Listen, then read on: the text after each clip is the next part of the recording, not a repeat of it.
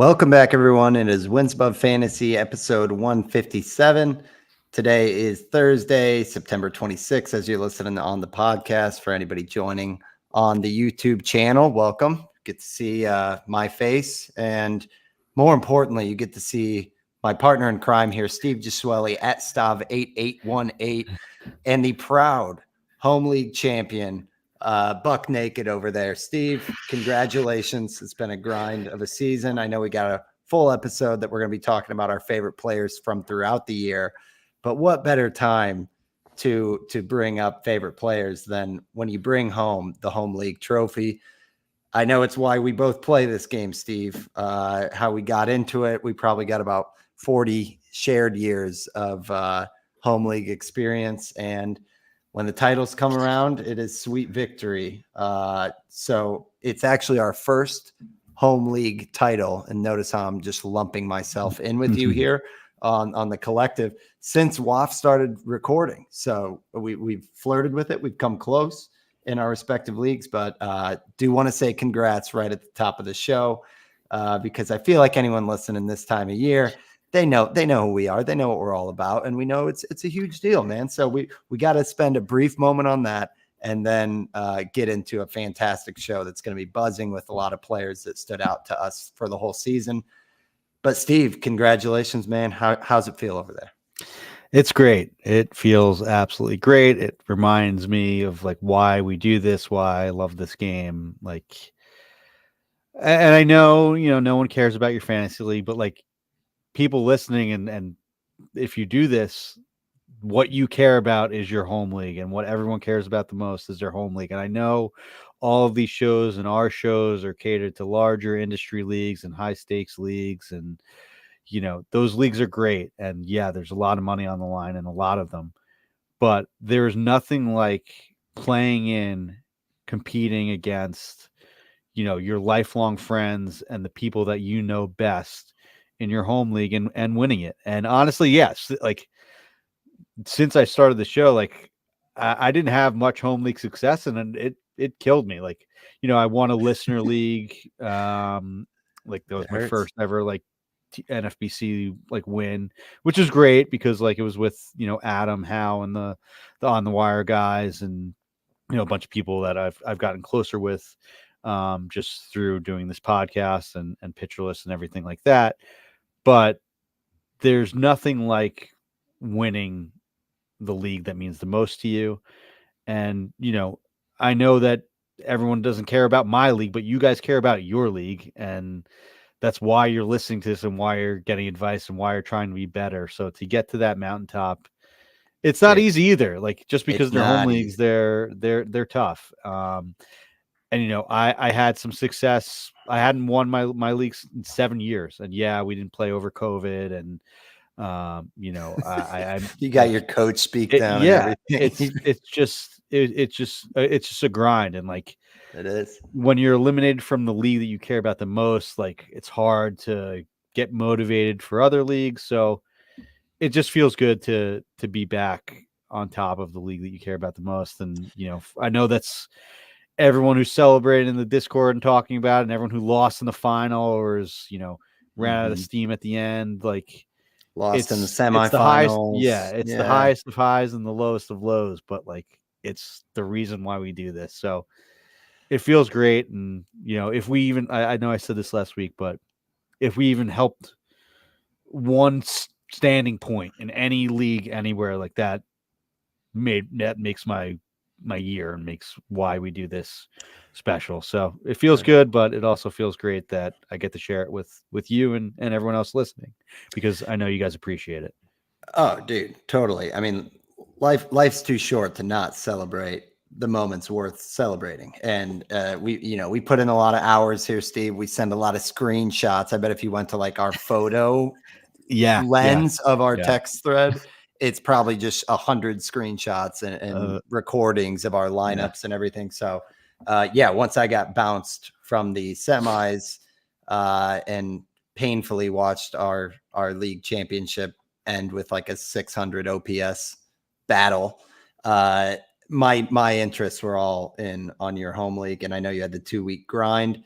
but you did it in convincing fashion as well. So congrats, Steve. It is huge. And yeah, for your point on if we helped anybody, for one, any listeners, we love that feedback. I mean, there's probably been, we could count on two hands how many times we've heard the DM from people saying like, "Oh, you guys had the best calls," or both you guys gave great recommendations and it helped me out, or good call in this pick. But it really, it's worth more than, any of the metrics. Of course, we'll take the rating and reviews if you guys want to go out there, but by all means, share that feedback. And next week's show, Steve, we'll be talking about kind of the look back episode where we look at our chalkboard picks, which are our key targets and fades for the season, and also a couple of the shows throughout the year where we said we have to come back and look at how our second half breakouts actually performed. So next week we'll cover that. This week it's a little bit looser and a little bit faster in terms of bouncing from player to player. It's going to be a high and tight pod in terms of timing and everything, but we got a lot of names. And Steve, I don't know how much level set we need on the topic itself, because really we're looking at performances that stood out to us, some of our favorite players, and just anything that was really notable as we're now coming up to the end of September. And it's pretty dang close to what you're going to see as final stat lines all throughout the offseason. And certainly just scrolling through, there's ones that catch you by surprise. There's ones that you're kind of proud of the guys. There's ones where, you rode the wave all season, which I'm sure you and I will both have a few of those favorites. But talk to me a little bit about the topic, and then we'll jump right in on some of these guys. Yeah. Something that I listen to a lot of fantasy baseball podcasts. I know like a lot of times this year, there's like, a lot of MVP shows, which are great. And we've done them in the past, but like, I don't know, I guess I'm still flying high from my home league victory. I just wanted to sort of look back and like talk about players that we enjoyed, like guys that we rostered that, you had the moment checking for an update on your phone and like you could rely on this one player and that he had a 2-homer game to pull you back in a matchup or to jump you up, 5 points in homers or whatever it is. Like, what did we enjoy? Why, like, who are the players that you had the most fun playing this game with? And I think it's there's so much analysis and there's so much, I need to find an edge here and look for this sleeper and dig into this bit of data. And that's great. And that's my, why we do this show and what I love doing about this and looking why, I'm so obsessed with this game and you are too, but to sort of take a step back and be like, hey, what did we enjoy and who did we enjoy? And like, what was an awesome moment with this player? What was this great call that you had, or, guy that you couldn't pass up in your draft whenever they fell? Who is the risk that you took is like, okay, this player's going in the second round, but he's going to be a first rounder next year. So there we go. Like, what did we enjoy about this game this year and what players do we enjoy? So I think it's nice to talk about some of these guys that we never really talk about just because they are, for the most part, really good players. So I'm excited to get into it and just talk about the guys that we had fun with this year. Well, yeah. And having heard that monologue there, Steve, I think I will have to caveat a couple of guys I put on the list. I love the season. They let me down when it mattered most, and that hurt. That hurt. But I do think in terms of rostering them most of the time, I loved having them. And yeah, we'll get into all that fun stuff. But without further ado, we will get into the names. And we're starting with the cruise package here with, I will start with the drum roll, which is O'Neal Cruz. And I think what's interesting about O'Neal Cruz, I love that you threw him on the rundown, Steve, because I thought about it, because I rostered him. And he was a guy that coming into this year, my talk track was like, it's going to be all or nothing. Either we're going to see like a 35-30 season where he goes completely off, or he's going to completely tank, and there's no in between. And while he did have overall a strong season, in terms of like the homer steals, it was kind of right in the middle there for Yeah, what it I was. It think was his kind of expected outcomes. in between. Yeah, it wasn't Right. the all or nothing. Yeah. See, exactly. So O'Neal Cruz, the 21 homers, 22 steals, that feels like really just solid production, which again, you're kind of thinking that boom bust. But then the average up at 265 with a really good XBA as well. And that's with the strikeout rate still being at 30%. Luckily, the guy absolutely crushes the ball when he does make contact. 16% barrel rate, the hard hit rate amongst the best in the league. But yeah, O'Neal Cruz for where he was going, and I got him at like 5th round pick 60 in my home league, but 142 games. So there's still some of that upside there. Of course, the strikeouts are still a huge issue where he had 175 on the year. But overall, it was a really productive season from a shortstop that, at times it was a little worrying. Like in April, he hit 222, but really the second half, which I believe was another thing that we talked about on the second half episode, where we were saying it would be great to see that OPS climb up. And I think we talked about his hitting splits, if my memory serves. But he found a way to get it done because, yeah, second half of the season, a 292 average and an 858 OPS.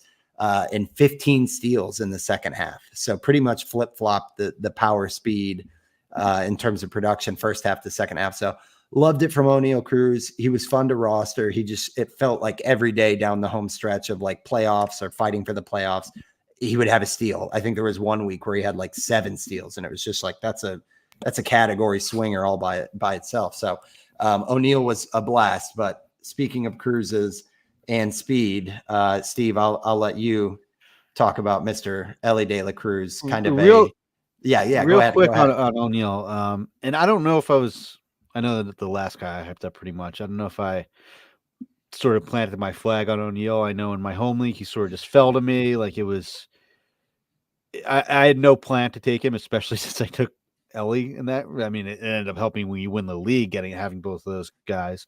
But it was more of like sort of a YOLO thing, which I guess I'll talk about throughout this episode. But Cruz made some really, really impressive strides in the second half. He talked about changing his approach versus lefties in the second half, and that like helped cut his swing strike rate like by like 10 percentage points. Like he slowed his bat speed down, but his bat speed is like still so elite in 2 strike counts versus lefties, and opened up his stance a little bit to see lefties better, and it really, really helped. In the second half, he had a 26.6% strikeout rate, a 10% walk rate, an 869 OPS, and a 137 WRC plus. Like a 26% strikeout rate for O'Neal Cruz. Like if those gains hold, it's like the if Stanton he factor. holds those gains, like this is the floor. Like this is a 2020 guy who has a bad ankle. Like he still sat out a bunch of games because of the ankle he had surgery on in April of last year. So like, another off season of getting healthier. These gains versus lefties seem legit. Like the overall strikeout rate is 30%. There was times where O'Neal Cruz was floating with like a 40% strikeout rate earlier in the year. So, it looks like this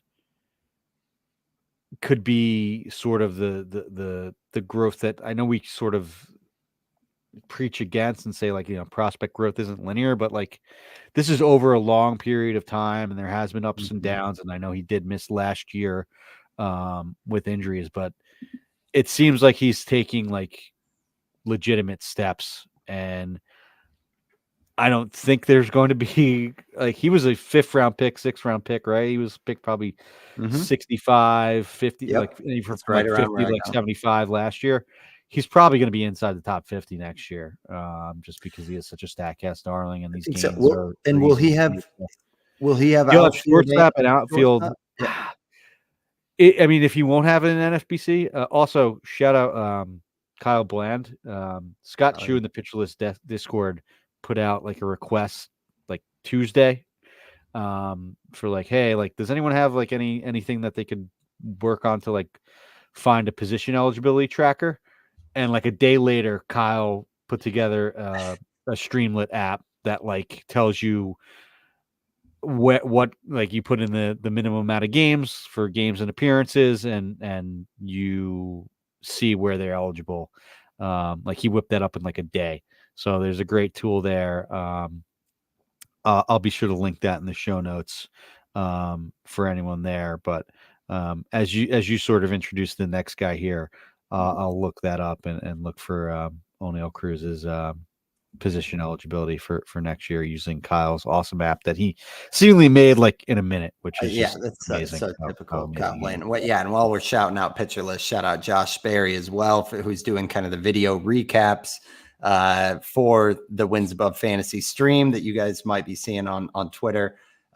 Those are awesome. I've gotten some really good feedback on them, and I'm like, we're not making them. We're just grateful that Josh is. So another shout out there. But regarding the second cruise we're here to talk about, and it is Elly De La Cruz, all of 22 years old, who has had a remarkable season, not only in the sense that he has the most strikeouts across the entire majors, speaking of, but he also, of course, has the most stolen bases with 65, and saw some cool stats that he has 90 combined homers and steals, which is just the fourth time that has been done since the year 2000. And yeah, trailing Acuna last year, and of course, Mr. Ohtani this year, but third in the past 24 years of baseball in terms of homers plus steals. So we knew it could be some video game numbers, and he came pretty dang close to that whole 37 or 40-70, I guess, but a 259 average to go with it for Elly. 104 runs scored, even though that Reds team has been pretty brutal, and 74 RBIs. So that is Elly. He did have a strikeout rate, like I mentioned, 31.2%. So some obvious, troubles there. But honestly, who cares, man? I sadly did not have shares of Elly this year, but what we saw was pretty much it felt like it never let up. But the first half especially was ridiculous with 17 homers, 46 steals. How high do we have Elly going next year, Steve? I think he's within the top like 8. Yeah, I think so for sure. I mean, to throw some cold water on it, he does only have 19 steals in the second half in 60 games. He had 46 and 96 games in the first half. He also had 17 homers in the first half and just 8 homers in the second half. Yeah, slow So down. there is some,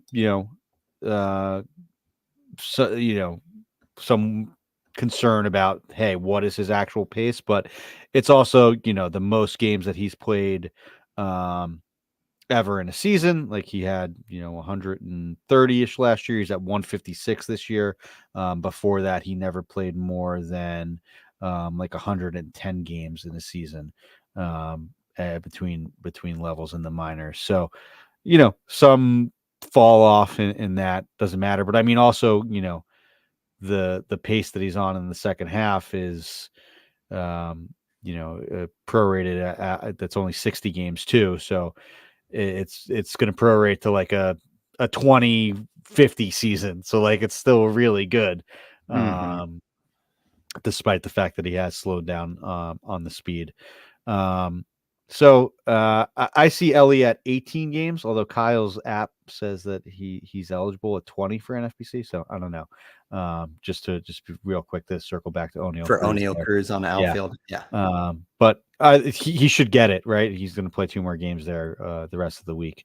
But going back to Elly, sorry to go on a tangent there. Like, again, this also seems like kind of the slow progression that O'Neill made, in the fact that he started to walk more in the second half of last year.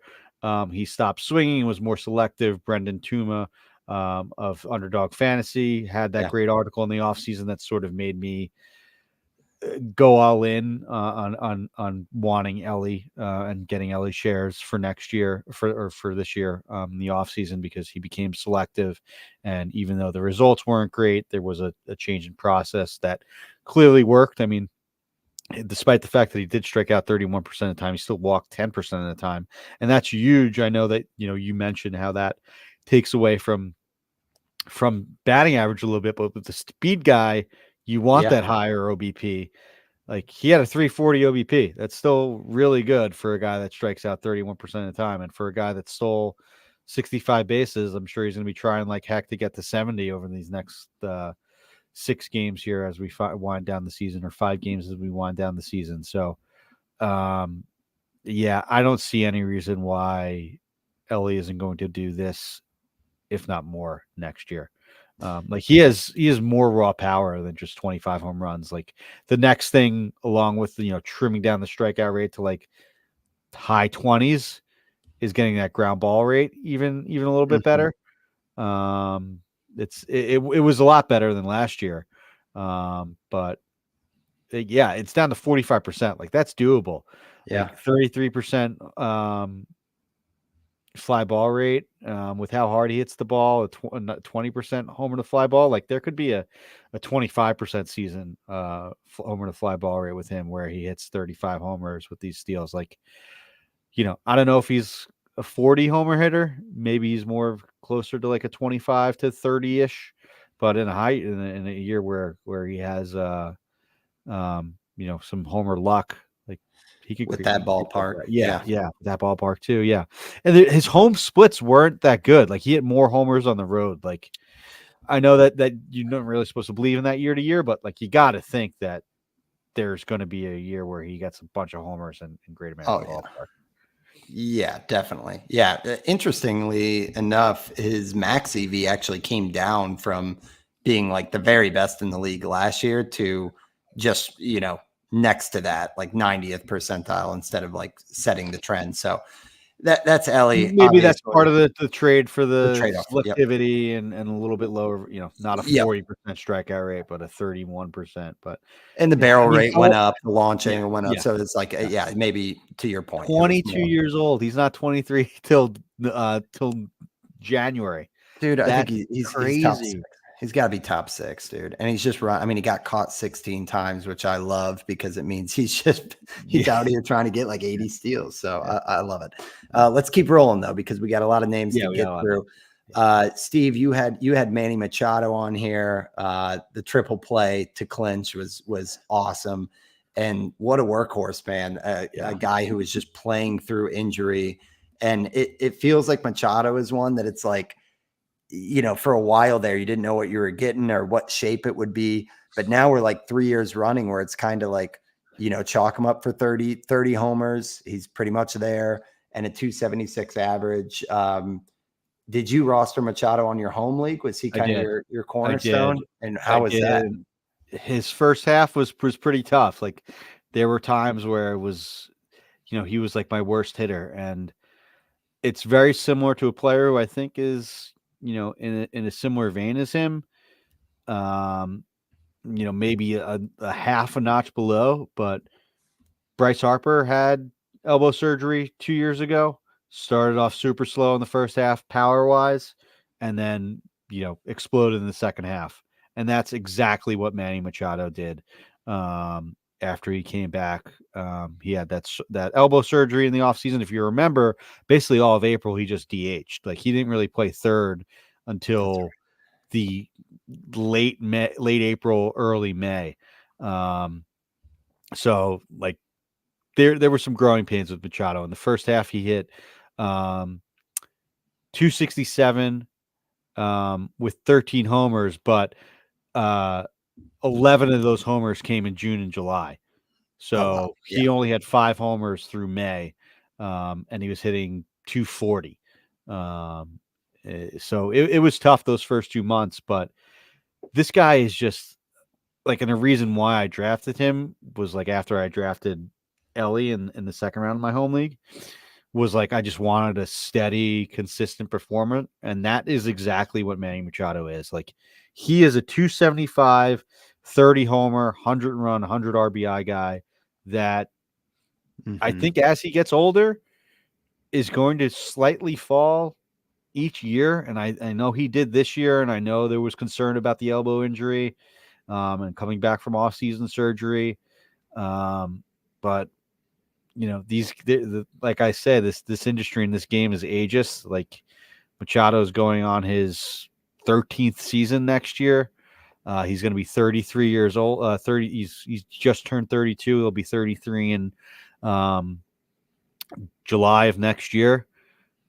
I'm all in on Machado again, just because I think this guy is like a metronome Hall of Fame player. Like, yeah, for real. He is so good, man. Like, and I'm so glad that I held on to him throughout the first half, because I know Vlad, and we'll talk about him soon, was otherworldly in the second half, but Machado was pretty close. And like, if Vlad was my MVP, Machado was my 1B. Yeah, well, we got Vlad paired right here. Had to Yeah. throw him on. We both rostered him, and yeah, he was one that we were talking about. It all looked like the writing was on the wall. Sure enough, after another guy, 5 home runs through May, and we kept saying, like, you got to believe it's going to come. You got to believe it's going to come, and he just rattles off an 8-homer June, 8-homer July. It just goes the nuts. Discourse on Vlad in May was so bad. Like, I just remember, like, and I did this on Twitter, and I shouldn't have done this, but like, I had tweets bookmarked from a few Blue Jays fans that came up in like my For You page in April. Just like, it was like a screenshot of the baseball, the MLB at bat app, of him just grounding into a double play on an absolute meatball from Joe Musgrove. And being like, and like, just people like in the comments just be like, this guy is just not good. Like, it's year 3 of Vlad being broken. Like, what is going on? Like, people in the Pitcherless Discord were like, just, this is who Vlad is. He's he's never gonna, like, the 2021 was a flash in the pan. Like, no, it wasn't. Like, No. This guy is one of the best hitters in the league, and is hitting 330 with, power numbers that Judge puts up in a half for it felt like a prime Freddie Freeman type of year to have the 325 average, 30 homers. Yeah, and there was a stretch where it was like 9 and 11 games or something. So and that was at a time of the year where, again, kind of rounding July into August, everybody was looking for a push, and it felt like Vlad was just every single day. So that was awesome. And he's one that, like, when I get the MLB homer notification, I see Vlad got one. He's one you just love going out and watching. Like, he has 16 homers in 59 games in the second half, and he's hitting 382. I mean, what are we talking about? Hitting 382 with an like Vlad is like a first rounder. Like, he should be. There's Judge, of like guys that like don't steal that much. Like, I know Judge chips in. It's Judge, and then Alvarez, then Vlad, in my opinion. Yeah, like, that's a great trio there. And you just gotta have a plan for speed, but sure, who cares? You can take some batting average hits when you got a guy like that. So, I love it with Vlad. We both rostered him. We got more names here, and we got the outfield specials coming up, but we got to take our first ad break. We'll be right back after this.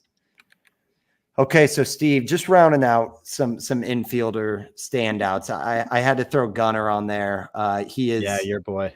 He is number one for letting me down on the week that I lost. He was like 2 for 38 or something. And that was also Vlad's like one cold week in the second half too. Dude, I got super unlucky. We'll talk about another guy in a second, but the two of them combined to go like 7 for 80, and then the next week they just go off. But most of the season, Gunnar was just incredible, and I was kind of a skeptic. It was a reluctant 3rd round pick where I cannot take the victory lap. It was kind of like he felt like the best option. I needed the position.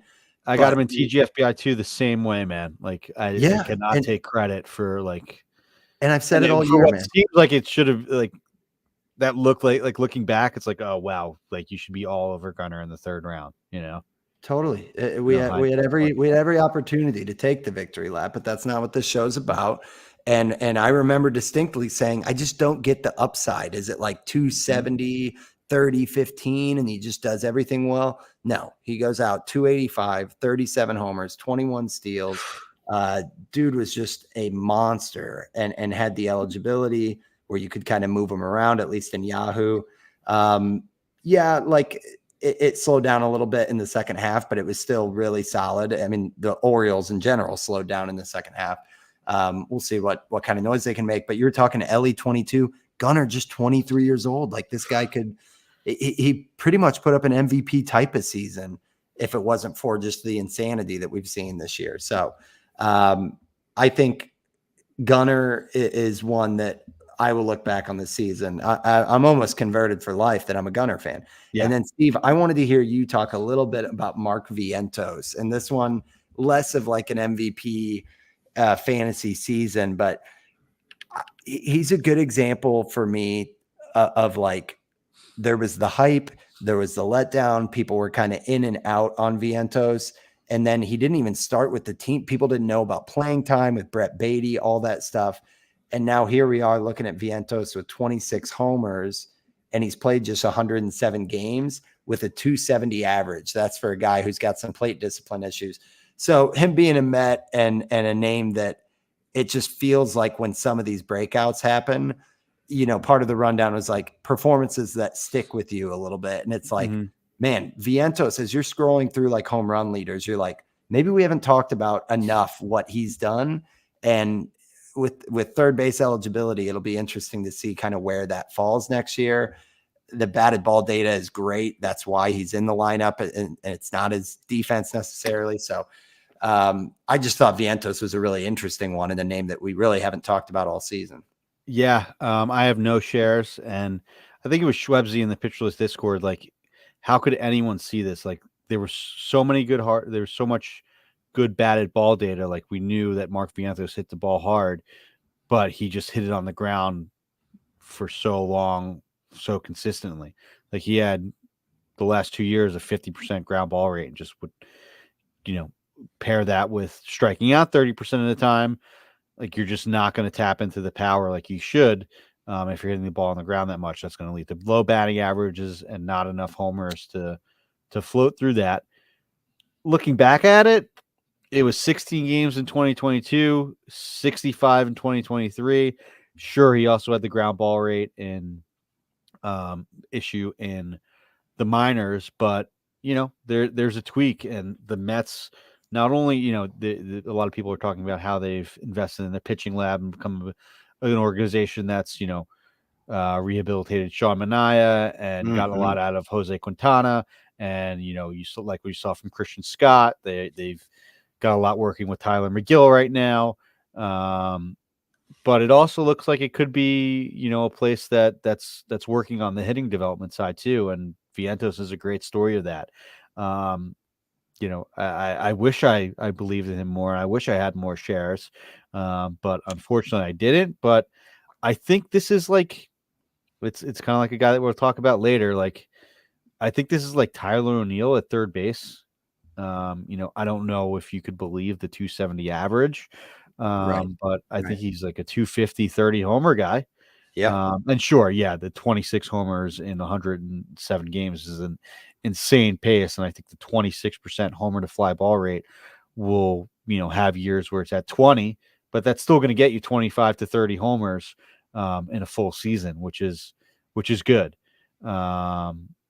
Yeah, the strikeout rate isn't great, but I think He had a handful of homers in the minors too. I know that. Yeah, the power is like, this guy's going to hit home runs, especially now that he's seemingly like, I don't really care that much about the 30% strikeout rate. Like, you can live with it, but you know, if the ground ball rate, you know, stays where it is now at 43% rather than the 52% it was last year, then the guy's going to be a really good fantasy player. You know, he hits the ball as hard as anyone in the league, as consistently as possible. You can see that with the 14.3% barrel rate for him. Yeah, read a little piece talking about how hard he was working in the minors and everything, and just that it didn't happen by accident. So I do think that some of those changes will carry over. And honestly, maybe it'll work for Brett Beatty too. That's another name that sort of could be written off like I think was. We got to take a mental note on some of these guys that hit the ball super hard and they're just a ground ball tweak away, because that Yeah. was the same like Yandy Diaz type of blueprint. I know there's a bunch of examples, but like that's a good place to shop on batters beyond like pick 250. So we'll have to consider that. I know we got to get to outfield, Steve, and then we got pitchers in the final segment. But I think we do have to give real quick flowers to Ketel Marte, age 30. And can we call it a career season? It looks like so 2019, Definitely. that's rabbit Definitely. ball was 32 homers, 10 steals. Yeah, But he had a this year, 981 OPS there. Yeah. this year, the 35 homers, 7 steals, and the 295 average. Just awesome to see. Like for years and years, I think everyone's known that Ketel Marte is like, he's the name that you groan about when somebody else picks him in draft rooms, because everybody kind of likes him and knows that he's got some stuff. But that with the D-backs like clicking this year, and you see what he actually put together, this is really like a fantasy in terms of value and everything. One of the MVP seasons, and everything under the hood just looks amazing, because it kind of always has for Ketel Marte, which is why it's so exciting. So had to give him a quick shout. Not sure if you got anything to add for the 30-year-old second baseman there. Deserving his flowers there. Another guy I wish I had more shares of. I think he was a second base target, but second base is so shallow. Like, and it's such a good name. Like, he's such a consistent player when he plays. Like, it's hard to pass up. But I think a few guys at second base went before him. I think like Labor Torres went before him, which is kind of crazy. But also just an interesting note. In 2019, the year of the rabbit ball, he had a 981 OPS. That was good for a 150 WRC plus.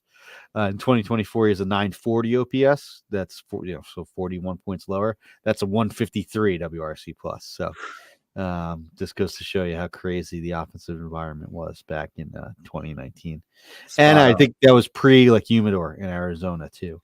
And he was there. So, but yeah, I mean, 35 homers in 132 games. Like, he had an IL stint and is still playing hurt right now, which is pretty crazy considering how good a year that he's had. Yeah, that's Marte. Had to look it up in my home league. Just pulled it up on the app. He went pick 86. Oh wow, that's pretty high. Loads of value there, and that went to the team that ended up winning the title. So that's what you learn about Ketel Marte. That's a league-winning pick right there. It is. Let's move over to outfield, and Steve, I'll let you start it off, and we can kind of bounce around here. But talk to me about Riley Green here. Yeah. I just keep seeing, like, I've been watching a lot of Tigers games just because they've been so fun. I've had a lot of players on their team in my home league team, including Riley Green. And I keep seeing numbers about how, like, this is the Tiger since, 1980 that's under 24 years old that has an OPS this high. Like, Riley Green just looks like a professional hitter. Like, he does everything well. He takes borderline pitches, has a good eye. Yeah, there's some swing and miss in his game, but he has power. He has a hit tool. Like, Riley Green just looks like he's rounding into like one of the better hitters of his generation. More in like, real life. Like, he's definitely put together a really nice fantasy season. I think there is some more upside for him, especially considering that the barrel rate's improved every year. The strikeout rate has improved every year. The walk rate has improved by 3% this year from last year.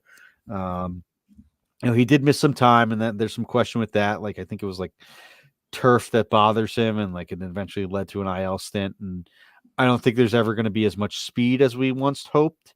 He only has 4 steals after stealing 7 bases last year in 99 games. So maybe that might not be part of his game, and that's going to keep him from being like a true 5-category fantasy stud. But Riley Green just looks like one of these players that is going to be a good hitter for a very long time. And I think the Tigers have a really good one there. And I think that he's going to be a very good fantasy player for a very long time.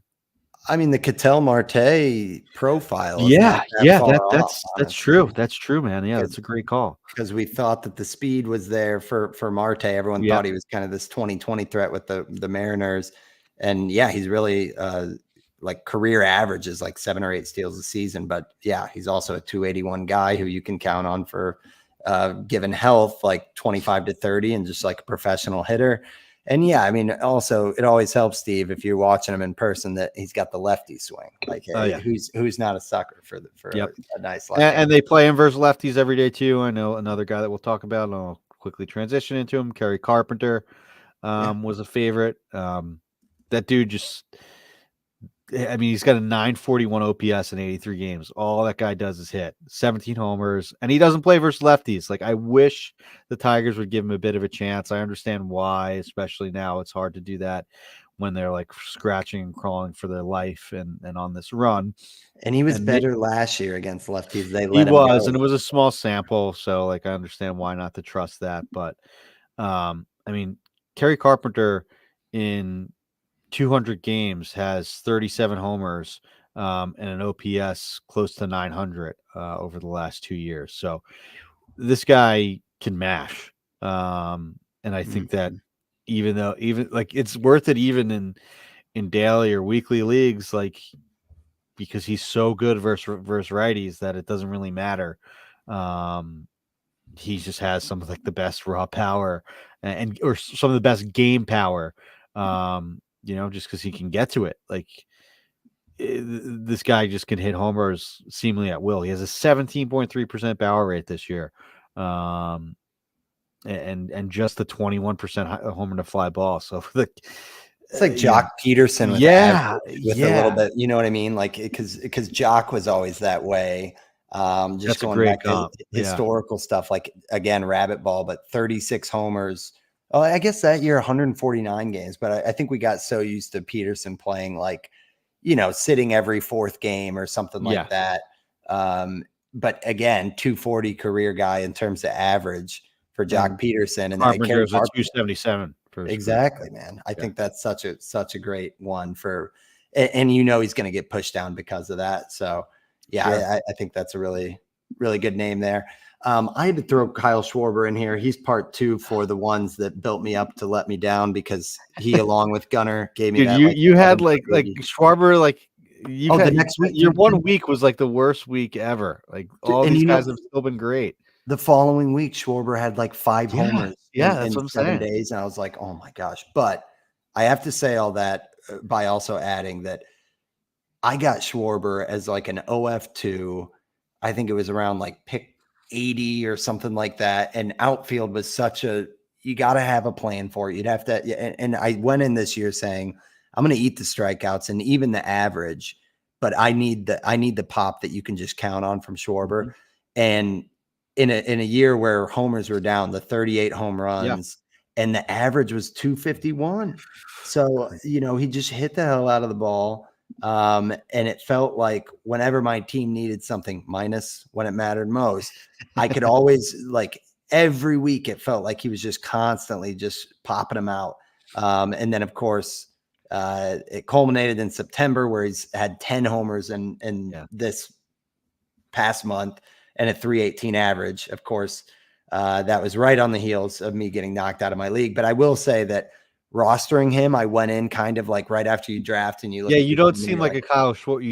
You don't seem like you would be a Kyle Schwarber guy. No, he's not on brand for me. I'm usually going for the Quan types or the ones that are just kind of stabilizers. And I was wondering if I would regret kind of the Schwarber volatility. And even with it burning me in the playoffs, I can still say like it was fun rostering somebody that I just didn't have to worry about.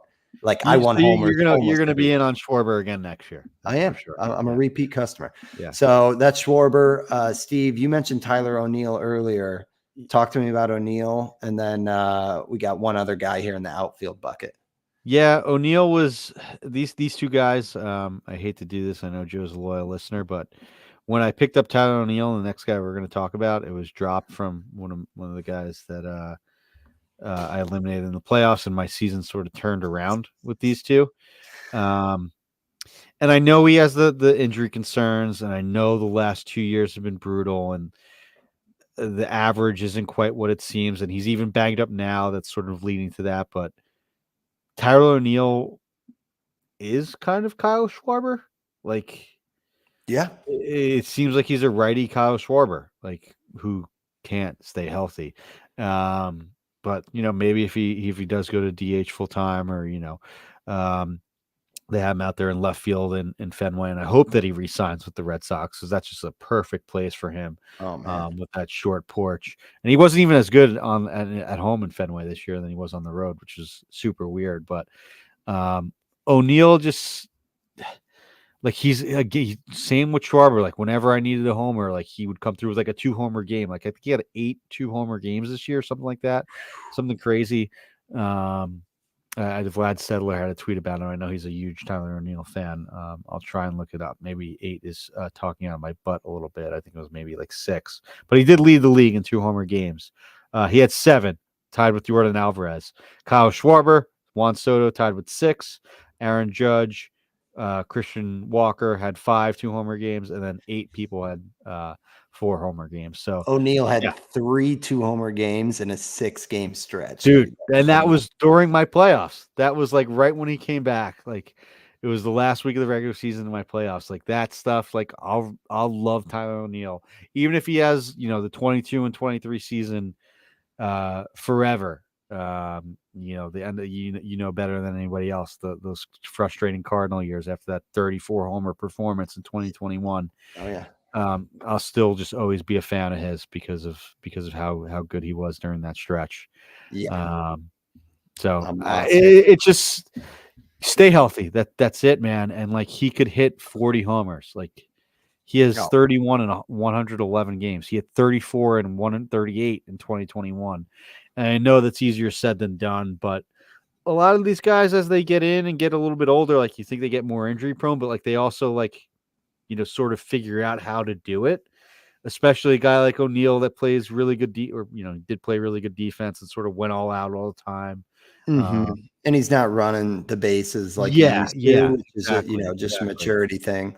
No, I like it, Steve. I think it's a great call too. That's he's kind of like the new Schwarber if he can stay healthy. So and a discount that comes with it. I will set up the next one with a bit of a humble brag that our very manual, rudimentary show that we do every year, looking at rest of season schedule in July. This year, it was marked by the Chicago Cubs having far and away the easiest record the rest of the way. And it felt like almost everywhere you looked, Cubs were doing things on offense that helped. Their offense has been amazing. Probably none more than Seiya Suzuki, who from, when we did that show mid-July, in July, he put up a 922 OPS, then an 849 OPS in August, and a 906 OPS in September. So would you say Seiya Suzuki is one of the contributors to your league-winning season? Yep. Also turned my year around when I picked him up. It was like a 3-day span where I picked up Tyler O'Neill, Seiya Suzuki, and Bailey Ober got dropped. I added Ober too, and that was huge. Yeah. Until my playoff matchup when he gave up the 9 runs. It all happened at once, man. It all happened at once for me. Yeah. But man. Seiya Suzuki, I wanted to just bring up like how good he's been since he's come over. And I know there's been IL stints every year, and the most games that he played was 138 last year, and he's not going to eclipse that this year. I don't think there's 8 games left. He's at 130. He actually didn't play today due to a tweaked ankle. But in the 379 games that he's played here since he come over in 2022, he has a 277, 353, 470 slash line, good for an 822 OPS with a 128 WRC plus. So he's 30% better than league average.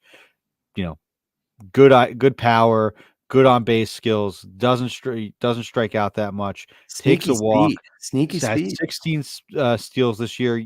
I know that there was some speed in his profile, and he was caught a few times. He was even caught more than he was successful last year.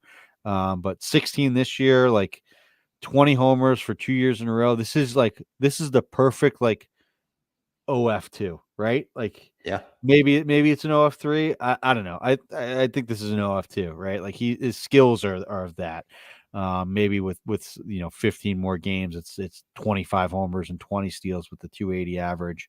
But back-to-back years of an 842 OPS and 843, like this is just a really good player. I don't think he's gotten his props for whatever reason, because he's missed time, because the Cubs have sort of been disappointing in his time Mhm. here, because he hasn't put up like gaudy home run totals. Like, you sort of roll your eyes at 20 homers, and it's sort of the 280, 350, 480 slash line isn't super, super sexy, but it's really, really good. And whenever this guy plays, he hits. And I think he'll be another value next year. Like, he just looks like he's a good hitter, and I think he's been that all 3 years that he's been here. Yeah, I mean the only blemish is the K rate has gone up from last year to this year. So, but that comes with the trade off of a lot of stuff. It seems like it's been a selective thing because in terms of like his decision value, his chase rate, like some of that looks better. His Ks have gone up, but he's also hitting the ball harder. And yeah, I'm with you that if you kind of covered up the name, I think you'd look at if you put it on like, I don't know, like a Christian Yelich or something, you'd be like, oh yeah, this is exactly what you're looking for, an OF2 or something. And for such, but we're back, and yeah, just rounding out, hopefully no tech issues beyond that. But yeah, for whatever reason, Suzuki, I agree, is kind of falling under the radar for how like steady and solid he's been. So Yeah. we've got pitchers on deck and ones that are well worth the time here, but we've got to take our second ad break. Stay with us. We got pitchers right after this. All right. So, Steve, I wanted to set it off here with a trio of guys that since I've adopted the Steve Giswelli way, it becomes critical to get pitchers between pick 150 to 250 in your draft that you're really hoping one, maybe two of them hit. And for me, I had this 3-pack of probably in order a Jack Flaherty, a Ronaldo Lopez, and a Luis Heel, and 3 names that were not accidental that we talked about leading up to draft season. And every one of them just carried me. It was a no stress season for me. I mean, in our home league, top 6 make the playoffs every year. It's an absolute grind. And this year I was coasting in third the entire season. And a lot of it was due to what we saw from Heel. And I know that had its struggles in the second half, in terms of performance a little bit, in terms of also like the IL stint. But overall, when you look at Heel's 166 strikeouts, 146 innings, and a 3.27 ERA, that was terrific. Flaherty obviously was extremely good in terms of the ratios, just a 106 whip, and the K rate at 30%. Such a resurgence, and him joining the Dodgers also a big help there. But maybe most of all was Lopez, that not only were his ratios otherworldly, as he's now at a 2.03 ERA in the 115 whip, but down the home stretch, he tapped into swing and miss stuff that, like, he had an IL stint, came back, had 10 strikeouts, had another outing with 11 strikeouts. These 3 guys were just huge for me and totally made up for the fact that I basically kind of starting pitching. I took Fromber as my SP1. I got some relief pitchers, and I just backfilled into starting pitchers.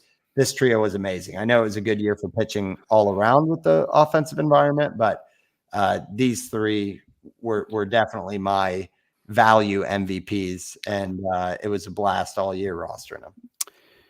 I think with these 3 guys, and then the 2 guys that I want to mention, as far as like the pitchers I enjoyed rostering the most sort of outline like a summary for how I view my pitching strategy. Like, you're not going to find aces, like true SP1 aces, like Zach Wheelers or true Screwballs, this late in drafts. Like, those guys are going to go in the first 2 rounds. And that's why it's fine to pick those guys. Like, I understand that people want to do that and will do that. And especially in weekly leagues, and NFBC industry leagues, like, those guys rightfully go up there. And those are going to be the guys that are going to be SP1s. Sure, there'll be hits like Cole Reagan's, like Shane McClanahan was a few years ago, but those guys also go higher. There's a lot of helium around them, and Yep. there's also a bit more risk. Like there's for every Cole Reagans, there was Hunter Green 2023. There was Bobby Bobby Miller. Miller Yep. 2024. There was, I don't know whoever else won around Shane McClanahan, but there's some loophole. There's some pitfalls with that. But what I want to draft are guys that go in rounds 10 to 17 that can give ace like performances for extended period of time. And that's what these guys did. Is Jack Flaherty a top 5 fantasy starting pitcher? No, but he pitched like one for 80 innings at a time this year. And, sure, he may not have the volume of others, but it's still 157 with 157 innings with a 30% strikeout rate and a 5.6% walk rate. And sure, he'll probably go much higher next year, and rightfully so. And sure, maybe it's not high enough that I'm going to be fully out on it, but I'll still want to find guys like this that I could take a flyer on that may have some more up and downs, and maybe not. Flaherty's not the greatest example of that because there really hasn't been any downs. Sure, that there is a bit of home runs. And maybe like Luis Heel and Ronaldo Lopez, a few IL stints. Heel had an IL stint, some rough patches, but for the most part, when they were in their grooves, they gave you ace-like performances that could, they're like store brand aces. They're the Right. Costco brand. The Kirkland. I want a Kirkland pitching staff. Like that's what I want, and that's what these guys are. That's spot on. And two of these guys, Luis Heel, I traded at a bad time, like during his low starts when he got blown up like a few times. I ditched him for essentially nothing. Jack Flaherty I dropped after like his second start when he gave up a few home runs for like Ryan Pepio, which was fine, but I'd rather have had Jack Flaherty the whole year. Lopez, I just didn't have any shares of. And who would have thought that Lopez was like the best converted reliever to a starter? Like even with Garrett Crochet and what he did, Lopez, arguably was better because even though it's probably going to be less innings and he didn't have like these shortened outings that Crochet had. So like these are the pitchers that I have in mind when I draft late pitchers, and the reason why I will continue to do so. Yeah. And honestly, the way like Lopez for me was picked 249. Heel was a 256, and that was like kind of a Mr. Irrelevant pick. He probably was going later in some rooms. So I think it's just a reminder. And even like Jared Jones was in that mix. It's like there are names every year now that it's not, there's no such thing as a sleeper anymore. And there's so many good resources out there, let alone the experts who are oftentimes throwing them up on a silver platter. And yeah, to your point, 5 of them hit, 5 of them miss. But when your investment rounds are 15 through 20, give me 2 or 3 Kirkland aces. And I think that's the formula until I get burnt so badly one year that it doesn't work out. But that's what the free agents are, because somebody else is dropping a Bailey Ober or dropping a Jack Flaherty. So I think that you fully converted me. And with that said, we talked to Ober, or we mentioned Ober. Yeah. And then you also got Shota Imanaga here. And he was another one that was getting the helium, but worth the investment. And one that it's hindsight 2020, man, because so many of my NFBC teams that did have promise, I also was reaching and getting like a Yamamoto, which is just like totally unlucky. But Imanaga, how many times in our podcast did we say like, oh, I think I would reach 30, 40 picks. I want to grab them. And I didn't end up with a ton of them this year. He was probably my best call. I think I got him in most leagues, or a lot of leagues. And in my home league, my 2 or 3 highest drafted pitchers were Grayson Rodriguez, Joe Ryan, and Bobby Miller. Bobby Miller, I believe, was the first pitcher I took. And Joe Ryan was great for most of the year. Then got hurt and was out basically essentially from like middle of August, beginning of August on. Grayson Rodriguez was good. He had an IL stint, came back, had some up and downs, was more than fine overall in the whole for the year. And then was out essentially, a few weeks after. I think I lost Joe Ryan and Grayson Rodriguez for the year within like a week span of each other. But it really didn't matter because Bailey Ober and Shota Monaga were just so good and so consistent just throughout the year for me. Monaga is going to get Cy Young votes. Ober may not, but he probably should. I mean, I know that he left a sour taste in everyone's mouth with the Marlins start on Tuesday night when he gave up 4 runs, but and that Brave start that was in like the rain. I remember watching it and screaming. It was a playoff matchup for me too, but that seemed like like the game shouldn't even be played. It was pouring rain versus the Braves, and he just gave up a few homers. And then that first start of the year where he got absolutely demolished, but like. And I know there's been some Twitter jokes going around, like like I think Saris put out like if you take away Patrick Corbin's worst 10 starts, he has a 4 ERA, and like a lot of people do that with Bailey Ober because it was those 2 games, but those blow-ups were just so bad and such outliers that I think it does tell a good picture of like this guy had a 28 starts of a 2.5 ERA, and his ERA on the year is 3.94. Like, Yeah, we used to Bailey do that with Ober we is used to a do that really with like good pitcher. Yeah. yeah, and we used to do that with like Pablo Lopez. Yeah. And look at how that turned out. It's like I do think there is some truth to 1 or 2 starts. I mean, they all count, right? But in terms of actually how much of an ace he usually is, Yes. there is some indication. And he there. does throw 92, and I'm sure he is more prone because of that. He is more prone on days that he doesn't have it, that, it's not going to be 4 runs. It could be 9, but that's okay. At least for me, when the other 28 starts are just really, really good stuff. Like, he doesn't walk guys. His strikeout rate has improved every single year. He does have that extension and that funky release that makes the fastball play up, and has some good secondaries to go with it. So I'm going to be, if Ober's drafted like a 4 ERA pitcher next year, which I hope he is, I'm going to be all over it again. Yeah, that's and I don't know that he will with what we saw from him, but yeah, even this past year, I want to say his ADP was steeper than dude. He was most like of the names we 3 talked on about. Nick's list. I know his list changed, and there was a lot of guys hurt at the end of the year, but like Ober was like in the top 5, and like Nick was like, yeah, why wouldn't he be? Like, he's been that good. Yeah. And yeah, I mean, I was like right up until the Atlanta start, but I mean, there were still starts after that. I think he had like 7 innings and 12 strikeouts with 2 hits in the start, like right after that. Yep. Yeah, I guess wrong. You would have been in the finals. Yeah, that is correct.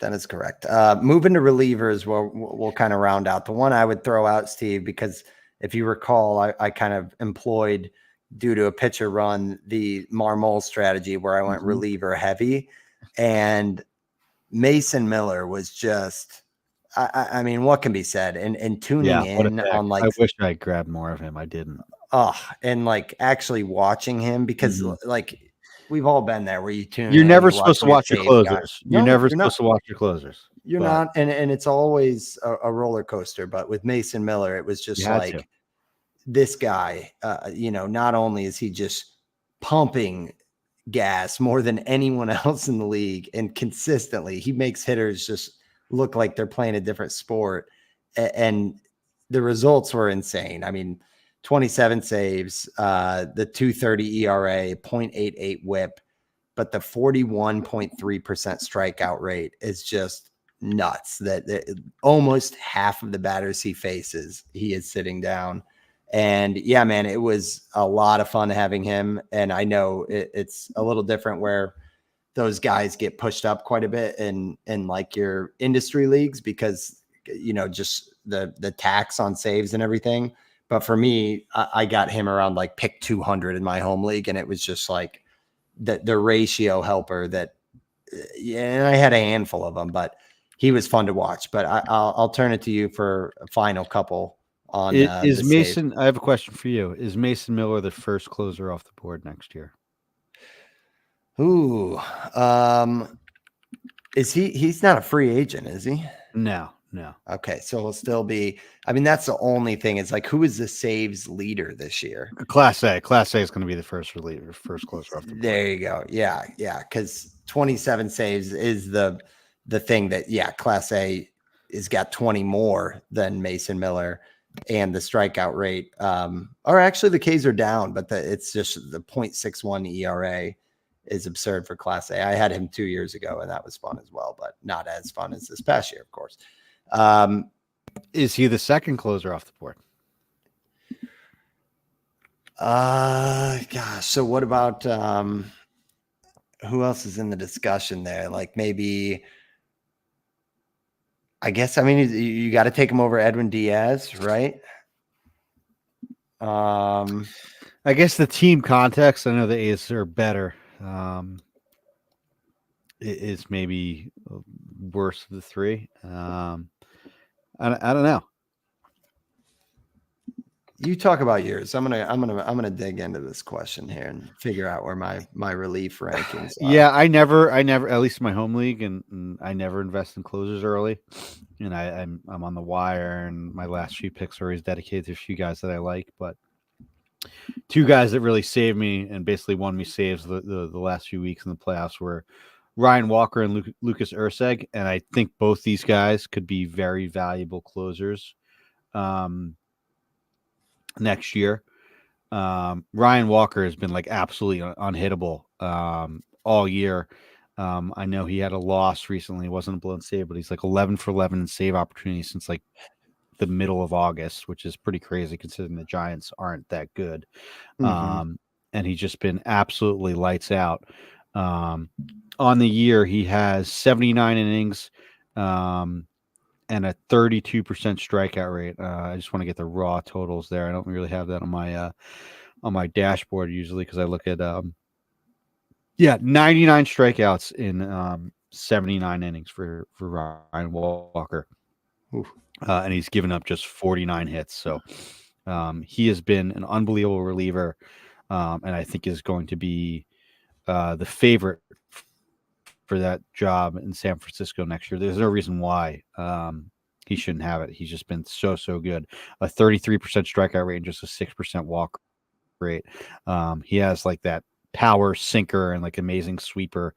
So he gets more swing and miss than like most like sinker baller relievers do. He's like kind of like a perfect combo of that. And Lucas Urseg was another guy that was on Oakland, was traded to Kansas City and just ran away with that job in KC. And he's been another guy that I think Trevor May has called out because he was teammates with him in his last year in Oakland. He's like, yeah, this guy is still figuring it out, but he's going to be a really good reliever, and he has been. Another guy with like a 28% strikeout rate, just a 6.5% walk rate, has the 99-mile-an-hour fastball that you like to see from a closer, a 14% swing strike rate. Like all the tools are there, and it looks like he could build on that and be, as the Royals are becoming a playoff team they are right now, and looks like they're going to build on that. He could be a guy that's like could sneakily potentially lead the league in saves. Like that's the sort of thing he can do if he's on has the role all year for Kansas City. Yeah, those are really good names there. That's probably, to your point, a better area to be shopping closers. As I was scanning, I think you're probably right that Mason Miller might be right after Class A, possibly like Iglesias. Who else? Iglesias, yeah. Diaz definitely will be up there for sure. Yeah, beyond that, it's like, I mean, like Kirby Yates had a great year in terms of like the strikeout rate. Miller, yeah. But I'd rather have Miller. So yeah, I mean, I think he's like top 4, 5, something like that. Plus, there's just like the wow factor for. I mean, Miller could do. And I mean, I don't know. I don't know if they ever do it, but there's also the chance that they try to get him to start, like they do the crochet thing. Yeah, it's been so just good. Bulk. They toyed with some bulk relief, or like 2-inning saves and everything this year. So like, I think he does stay in the closer role. Like I know that they kind of like tried to avoid him back to back. Like if he went 2 innings, he wouldn't go again. If he Right. does next year, I imagine they like ease that up a little bit, and he is more of a true workhorse closer. Considering Yeah. like he stayed, I think he did have one IL stint this year, but he stayed relatively healthy, right? Hmm. I don't know. You would know better than me if he did have an IL stint. I forget if he did. I don't remember that. You know what I do Maybe it was remember around like the though. All-Star break or something like that. I don't know.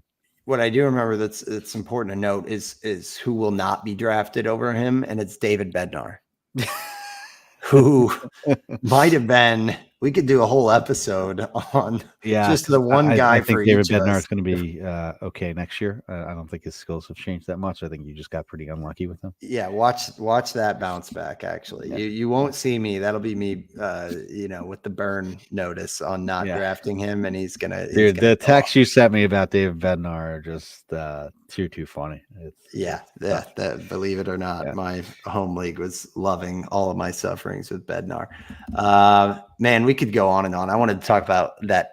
Heliot Ramos was one that like yeah, that's a continued to good catch one. my attention because his Yeah, like bat tracking data was nuts Tyler when he brought up. Fitzgerald too. Yeah, Another when you like brought up the guy. Giants, Yeah, I thought of those two guys as like, okay, those are ones that I would be fine if the buzz doesn't go crazy in the offseason, because I think those two, given the right price, I would be interested to see yeah, what they can do all year. But we are up on time, and we thank you guys for joining us. We'll be back next week to talk about the hindsight, the rear view mirror on our season, on our picks, on some of our notable shows where we said we'll come back and look. So it's another a rear view episode, but one that starts prepping us for off season.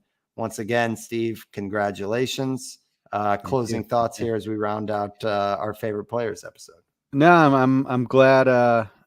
I'm glad we were able to talk about these guys. It's something that we don't do often, and I think it was a different show topic. I hope it was. I hope it was. It was one that was enjoyable because we sort of just rambled about guys that we liked. It wasn't as structured as some of our other shows. But yeah, I mean, last regular season show of the year for us. Super glad that you guys. If you're listening to this, like you're a true diehard in September. But we're gonna get into some of the off-season stuff. We have some cool guests coming up lined up, which is exciting. So it's a fun time, man. And honestly, like to be able to share this with you, Van, and with you guys, coming off a win in my most important league, and I know you guys know how much that's important to me and to all you too. So appreciate it, and thank you, Van. Thank you guys for listening to me ramble about that at times when we try not to, but it's hard not to because that's what we care about the most and why we do this show. So thank you Man. guys. Another great year. Enjoy the playoffs. Pumped to we're not going anywhere though, so it's going to be a fun off season. After we do sort of look back next week, I'm sure we'll get right into the off season prep, which is, I know you talked about it last week, man, but I'm super excited for it. Like I'm ready to like dive deep, like do some Whole new ball game. analysis, like get into our sleepers and stuff for next year. Like take a step back. It's a fun time, man. I'm looking forward to it. It is. It is. My dad once said about fantasy drafts, some days in life are worth repeating. And I feel that way with some years in life are worth repeating, and I'll repeat